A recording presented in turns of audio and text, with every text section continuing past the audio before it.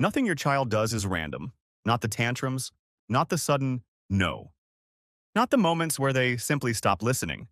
It only feels random because you see the reaction, but not the reason. Think about the shift. 1 minute your child is fine, playing, calm. The next, crying, refusing, upset. You're left wondering, what just happened? Why did the mood change so fast? Why is my child acting like this? You try to fix it. You explain your reasoning. You repeat the instructions. You get a little firmer, but nothing works. Often, the more you try to fix it, the worse it gets. The crying gets louder, the resistance grows stronger. Here is what most parents are never told.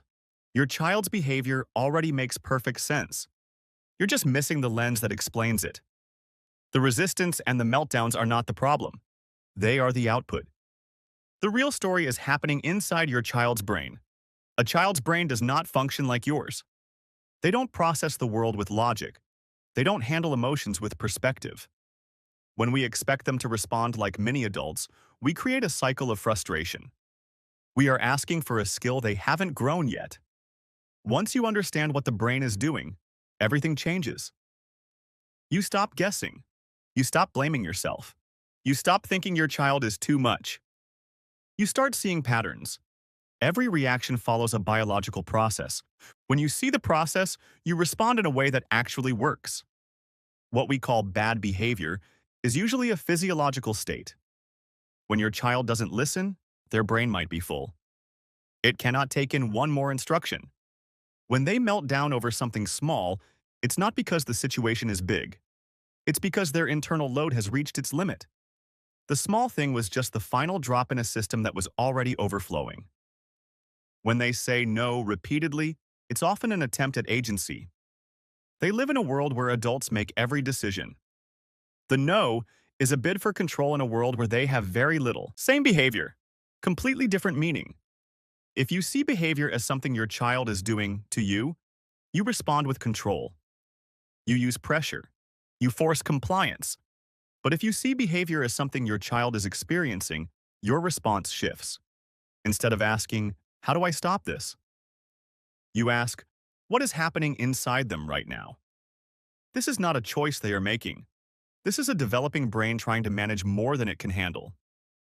We often zoom in on the explosion, the number, the defiance. But behavior doesn't start at the explosion. It ends there. What you see is the final result of a process that started much earlier. Before the no, something was building. A small frustration from an hour ago. A change in the schedule. Too much noise. Too many demands. The brain tries to compensate. It tries to keep it together until it simply can't anymore. Then, something tiny happens, and the system crashes. From the outside, it looks sudden. From the inside, it was inevitable. The reaction feels too big because it isn't about the current situation. It's about the full load they were already carrying. Once you notice this, you stop reacting to the trigger. You start paying attention to the buildup, the glazed look, the fidgeting, the shorter fuse. Behavior is predictable once you know where to look.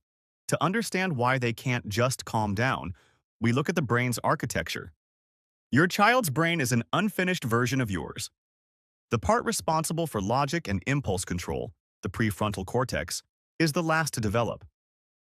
But the emotional center is running at full speed from day one. When your child feels something, they feel it with their whole being. There is no pause button. There is no internal voice that says, "It's okay, this isn't a big deal." They don't have the neurological bridge to cross from upset to logical. When something goes wrong, the emotional brain takes the wheel. And when the emotional brain is driving, the thinking brain goes offline. In that state, your child physically cannot listen to a lecture. They cannot understand a long explanation. They cannot control their volume. It's not that they won't, it's that they can't. The hardware isn't connected yet. This is why logic fails. You are trying to talk to a part of the brain that isn't currently taking calls. Getting louder only confirms to their emotional brain that there is a threat. Every child has a different threshold for this. Some can handle noise and transitions for a long time. Others reach that overwhelmed state fast. They notice every sound. They feel every shift in your mood. These children aren't bad. They are highly tuned. They aren't behaving worse. They are experiencing more.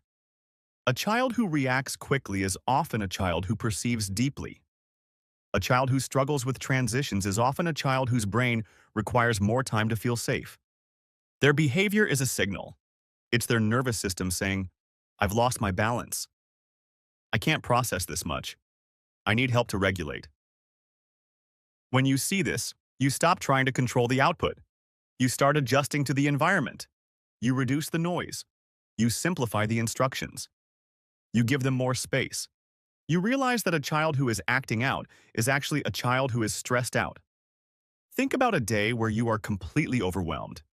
You didn't sleep. Work is demanding. Then, you drop a glass of water. On a good day, you'd just wipe it up. But on this day, you might cry. You might yell. Your reaction is too big for a spilled glass. It's perfectly sized for the amount of stress in your system. Now, imagine you didn't have the ability to talk yourself through it. Imagine you didn't have the memory of past spills to know it's okay. That is your child. Their system fills up faster. Their tolerance is lower. Their ability to self-soothe is still under construction. When they react strongly, it is a capacity problem, not a character problem. This shift in perspective allows you to stop taking behavior personally. When they scream, you realize they are hurting. When they ignore you, you realize their brain is protecting itself from more input. When they refuse to move, you see a nervous system that has frozen. You stop trying to fix the behavior instantly. You stop assuming they are being manipulative. Instead, you slow down. You respond with intention. Your child doesn't need more firmness when they are drowning in emotion. They need a life jacket.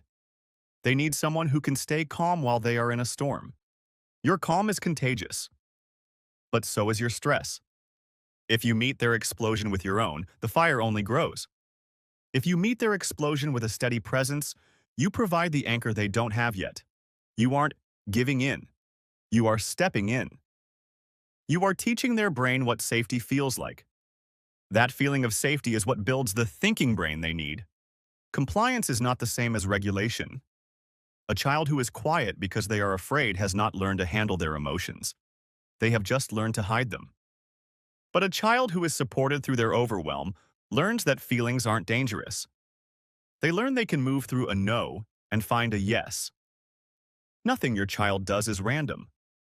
Everything is communication. Everything is their brain trying to navigate a world that is often too loud and too much.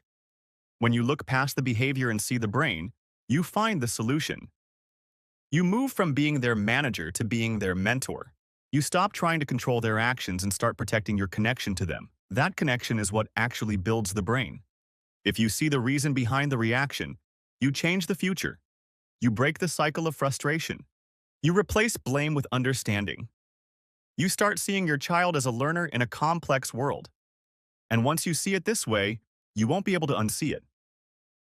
The bad behavior disappears and the child who needs you takes its place. This is where the struggle turns into a relationship. Stay curious. Keep observing. Everything your child does has a reason. And now, you know where to look.